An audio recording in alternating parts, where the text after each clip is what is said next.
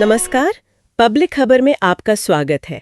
आज हम बात कर रहे हैं वाराणसी और आसपास के इलाके की शुक्रवार 30 मई को जो कुछ अहम घटनाक्रम हुए उन पर। जी। हमारे पास कुछ स्थानीय समाचारों के अंश हैं।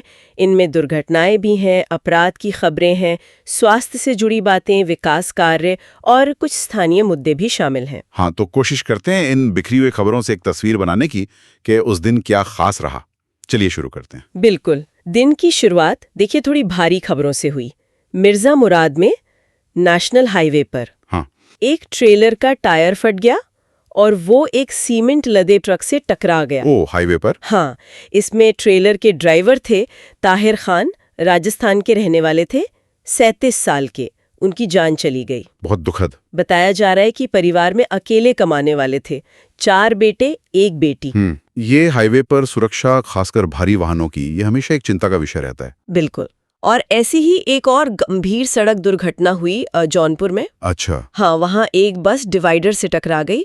इसमें 5 यात्रियों की मौके पर ही मौत हो गई, 3 महिलाएं, 2 पुरुष। 5 लोग। और 15 लोग घायल भी हुए हैं, जिनमें से सुनने में आया है 5 की हालत काफी गंभीर है। इस पर तो शायद मुख्यमंत्री ने भी संज्ञान लिया है, राहत कार्य के निर्देश दिए हैं। हाँ बिल्कुल, ये दोनों घटनाएं काफी चिंताजनक है। सही कहा। फिर एक थोड़ी अजीब सी घटना हुई कचहरी परिसर में। कचहरी में क्या हुआ? वहाँ किन्नरों के बीच कोई पुराना विवाद था शायद, तो सलमान किन्नर के साथ एक युवक आया था, उसकी वकीलों से कुछ झड़प हो गई और उसके बाद मतलब गुस्से में या पता नहीं क्या उसने अपर नगर मजिस्ट्रेट दफ्तर से छलांग लगा दी। क्या, छत से? हाँ, उसे चोटें आई हैं, अस्पताल ले जाया गया है। ये तो वाकई चौंकाने वाली बात है। कचहरी जैसी जगह पर ये कानून व्यवस्था के साथ साथ मतलब ऐसे माहौल में तनाव प्रबंधन पर भी सवाल उठाता है। सही बात है।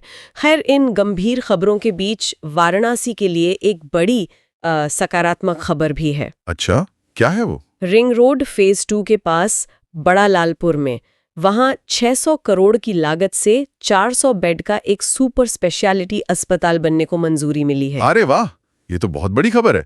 400 बेड का सुपर स्पेशलिटी। हाँ। और ये किस चीज पर फोकस करेगा? बताया जा रहा है कि ये मुख्य रूप से हृदय रोगों पर केंद्रित होगा। ये बहुत महत्वपूर्ण है, क्योंकि इसका फायदा सिर्फ वाराणसी को नहीं बल्कि समझिए पूरे पूर्वांचल और शायद बिहार के भी कुछ सीमावर्ती जिलों को मिलेगा। हाँ बिल्कुल, जहाँ ऐसी खास सुविधाओं की कमी है। और रोजगार का भी एक पहलू है। अनुमान है कि करीब 2000 लोगों को इससे रोजगार मिल सकता है। ये भी एक अच्छी बात है। अच्छा, सेहत से जुड़ी एक और बात है जिस पर ध्यान देना जरूरी है, वो है कोरोना। हाँ, कोरोना के मामले फिर से कुछ सुगबुगाहट है। हाँ, देश भर में थोड़े मामले बढ़ रहे हैं और वाराणसी में भी 2 नए मामले सामने आए हैं। ओह, तो स्वास्थ्य विभाग अलर्ट पर होगा। बिल्कुल। RT-PCR टेस्ट, वो जो जांच होती है कोरोना की, वो फिर से शुरू कर दिए गए हैं और BHU में 10 बेड का एक ICU वार्ड भी तैयार रखा गया है। इस बारे में BHU के जीन वैज्ञानिक हैं प्रोफेसर ज्ञानेश्वर चौबे। उनका कहना है कि ये JN.1 सब वेरिएंट है, मतलब ओमाइक्रॉन का ही एक रूप। अच्छा। तो ये फैल तेजी से सकता है। हो सकता है अगले 3-4 हफ्तों में मामले बढ़ें, पर शायद और उम्मीद यही है कि ये ओमिक्रॉन की तरह कम गंभीर हो, क्योंकि ये गले और ऊपरी श्वसन तंत्र को ज्यादा प्रभावित करता है शायद। हाँ, बेसिकली यही पैटर्न देखा गया है। पर फिर भी देखिए, BHU ने तैयारी रखी है, जो कि सही कदम है। सतर्क रहना जरूरी है। बिल्कुल। अब जरा शहर के कुछ और स्थानीय मुद्दों पर आते हैं। काशी विद्यापीठ में क्या चल रहा है? हाँ, वहाँ छात्र मेरिट के आधार पर जो दाखिले हो रहे हैं उसका विरोध कर रहे हैं। अच्छा, वो प्रवेश परीक्षा की मांग कर रहे हैं। जी बिल्कुल। और इसी मांग को लेकर वो कई दिनों से धरने पर बैठे हैं। उनका आरोप है कि प्रशासन उनकी बात नहीं सुन रहा। छात्रों का मुद्दा और विरोध का एक बिल्कुल अलग ही तरीका मिर्जा मुराद के एक गांव में देखने को मिला, भिखारीपुर गांव। वो क्या था? वहां जल जीवन मिशन की कोई पाइपलाइन टूट गई थी, पानी बह रहा था। तो एक पूर्व क्षेत्र पंचायत सदस्य ने उसी बहते पानी में अर्धनग्न लेटकर प्रदर्शन किया। क्या बात कर रही हैं? पानी में लेटकर? हाँ, उनका आरोप है कि महीने भर से शिकायत कर रहे हैं, कोई सुनवाई नहीं, मरम्मत नहीं हुई और गर्मी इतनी भीषण है, कई गांव में पीने के पानी की किल्लत हो गई है। ये दिखाता है कि मतलब बुनियादी जरूरतें पूरी ना हो तो लोगों में कितना गुस्सा बढ़ जाता है। और ये तरीका भी अनोखा है ध्यान खींचने का। बिल्कुल। अच्छा, शिक्षा जगत से एक और खबर है, ये थोड़ी सकारात्मक है।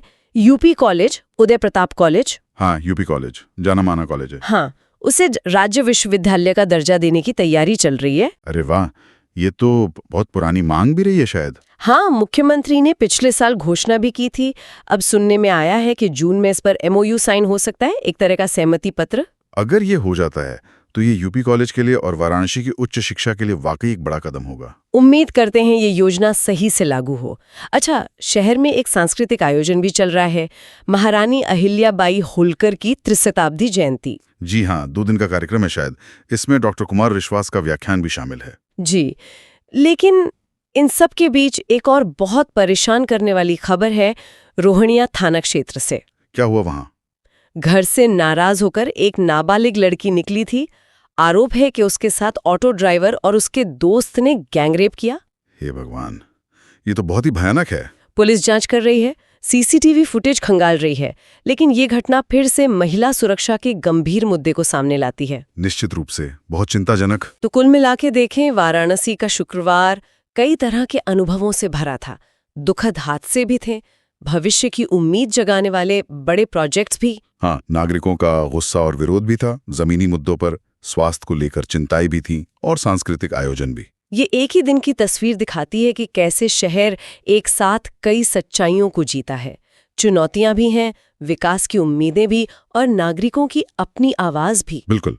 तो इन सब पर गौर करने के बाद एक सवाल मन में आता है कि ये जो स्थानीय स्तर की घटनाएं होती हैं, चाहे वो सड़क सुरक्षा हो, पानी की किल्लत, शिक्षा की मांग या फिर अपराध, ये बड़े सिस्टम पर और हम सब पर आखिर कैसे असर डालती हैं? और इन सब के बीच एक नागरिक के तौर पर हमारी क्या भूमिका बनती है, ये बन सकती है, ये सोचने वाली बात है।